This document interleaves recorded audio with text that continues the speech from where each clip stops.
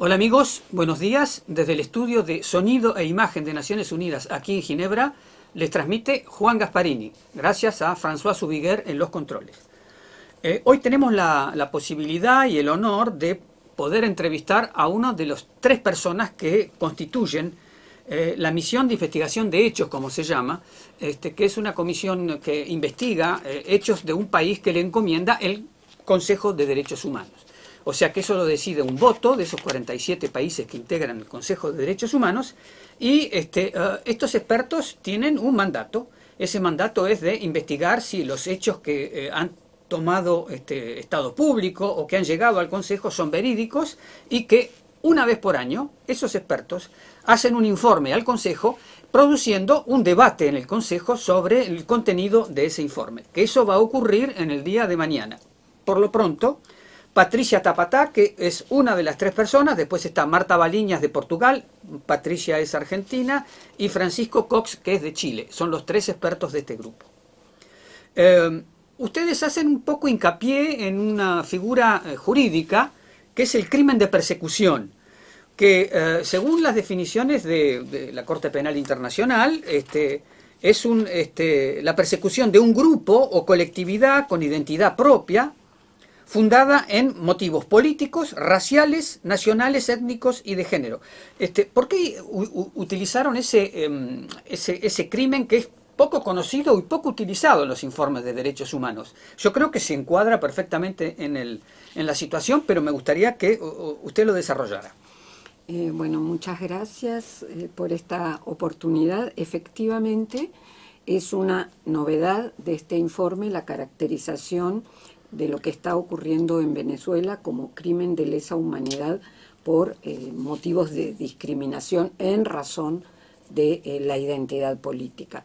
Entonces voy a explicar, en el primer informe de la misión, en el año 2020, cuando se caracterizó que el uso de la tortura y las ejecuciones extrajudiciales constituían crimen de lesa humanidad, se dijo además que podría constituir un crimen de persecución, pero solo se adelantó como una posibilidad. En el año 2024, en nuestro quinto informe ya, y a la luz no solo de los años transcurridos, sino del análisis de cómo los mismos patrones de violación a los derechos humanos que hemos ido identificando cada año,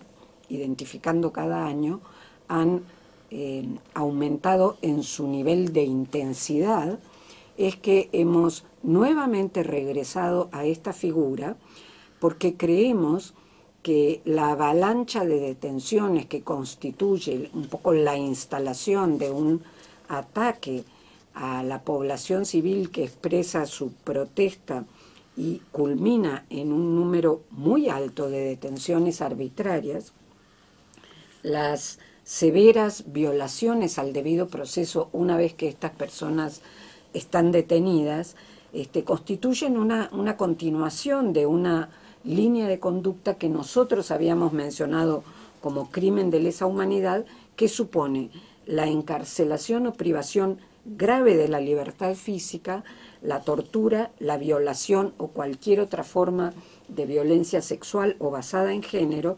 Y entonces, con el análisis de todos estos elementos, nosotros decimos que lo que se produce en Venezuela es un ataque generalizado y sistemático contra la población civil en cumplimiento de una política de desalentar, silenciar y sofocar a la oposición. Muy bien.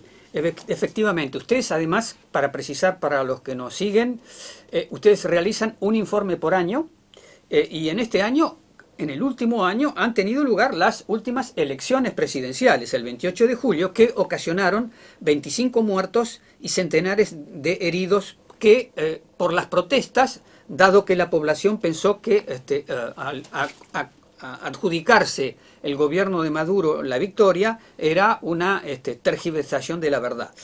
En ese contexto, ustedes realizan esta investigación y estas investigaciones existen desde que se creó vuestro grupo en el 2019, ustedes tienen que investigar desde el 2014 en adelante, en fin, todo eso.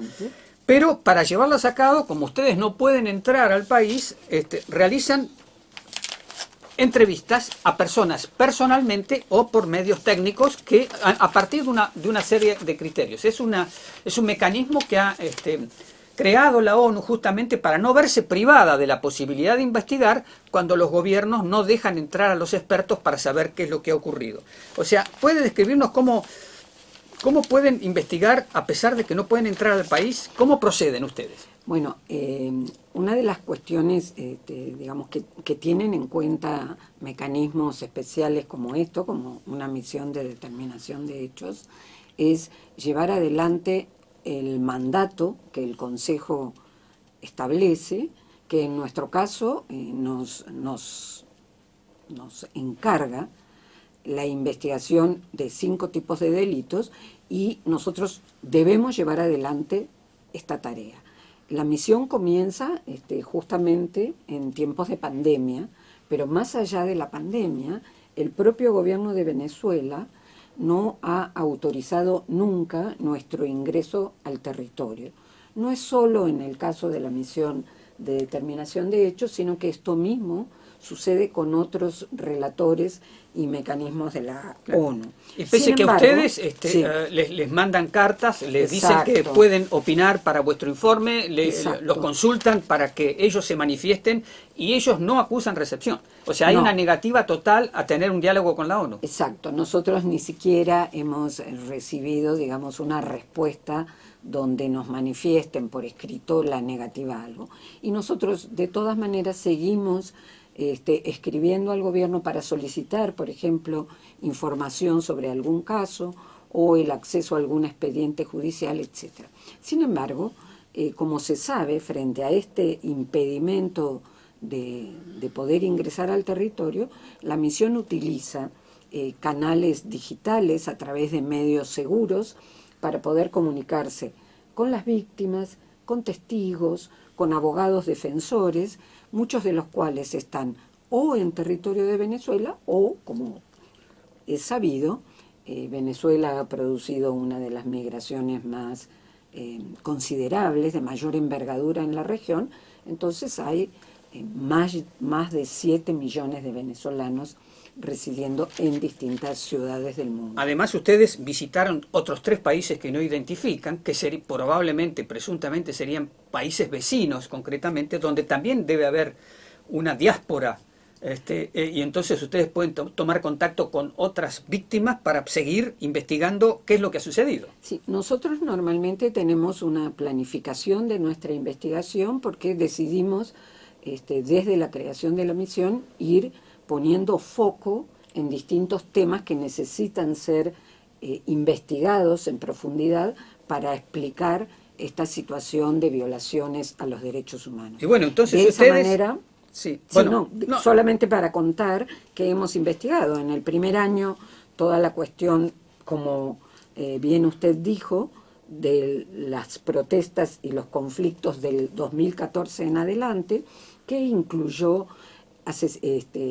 asesinatos, tortura, detenciones arbitrarias, etcétera. O sea, justamente sobre las detenciones arbitrarias, ustedes dicen en el informe que han constatado que porque ustedes tienen que hacer un informe sobre lo ocurrido en el último año, desde diciembre del 2023 a marzo del 2024 hay 3 detenciones diarias como promedio. Acusando a estas personas de crímenes que son imaginarios, porque no es así como funciona la mentalidad de los militantes que son detenidos y que después pueden testimoniar. Lo que nosotros dijimos el año pasado es que en el 2023 fue que la maquinaria represiva del Estado parecía haberse detenido, pero nunca había sido desmantelada y estaba lista para reactivarse. Lo que sucedió de septiembre del año pasado a con un evento tan importante como las elecciones presidenciales, es que se intensificó la represión selectiva a los líderes políticos de los partidos opositores. Entonces tenemos una represión muy importante. Nosotros registramos al menos 66 líderes y lideresas de la oposición y a la vez una represión post 28 de julio, cuando la población no acepta los resultados electorales que se publican a través del Consejo Nacional Electoral y se producen una cantidad de protestas en las calles. Bien, entonces se combinan las dos. Ustedes también denuncian las desapariciones de corta duración. Ustedes dicen que ya tienen verificadas 29 y que hay otras 27 que están en curso de investigación. ¿Cómo hacen para investigar estas desapariciones que han ocurrido dentro de Venezuela, pese a que están afuera? O sea, ¿cómo pulsan testigos y cómo consiguen pruebas para hacer estas afirmaciones? Bueno, una de las cuestiones importantes es que la misión utiliza el estándar de prueba que se llama motivos razonables para creer, que es lo que usamos para alcanzar nuestras conclusiones. Y este estándar se cumple cuando se ha reunido información fáctica que satisface a un observador objetivo y prudente de que el incidente efectivamente tuvo lugar. Entonces entrevistamos a las personas, a los familiares, reunimos información de fuentes abiertas y de fuentes directas, o testigos o abogados que han estado en el entorno de la persona detenida, y después manejamos la información que el propio Ministerio Público Fiscal proporciona. Nosotros hablamos de desaparición de corta duración. ¿Por qué? Estas personas no es que en el estándar tradicional de la desaparición forzada de personas nunca más aparecen. Estas personas sabemos luego que están detenidas, muchas de ellas en régimen de incomunicación, en los centros de los servicios de inteligencia, en particular el helicoide, que depende del SEBIN, y Boleíta de la DGCIM, además de otros centros penitenciarios en Venezuela. Tenemos que ir terminando, por tanto, una última pregunta. Bueno, hay un fraude electoral, la oposición dice que ha habido fraude electoral en las elecciones de julio. ¿Ustedes qué piensan de esa acusación? Digamos, ¿cómo ustedes han investigado o se han aproximado a información para decir si ha habido o no fraude electoral? Ya que, bueno, la situación es aparentemente muy clara. La oposición se llevó una copia de las actas y las publicó. Maduro no tiene otras actas diferentes, tiene las mismas. Por tanto, él dice que ganó, pero no presenta actas. ¿Cómo ustedes evalúan la situación del supuesto fraude electoral? Para ir Nosotros, por mandato, no ingresamos en el tema electoral porque no forma parte de lo que tenemos que hacer, pero lo que sí nosotros hemos investigado y documentado desde el año pasado es el hostigamiento y la persecución a todas aquellas personas que constituyen la oposición al gobierno.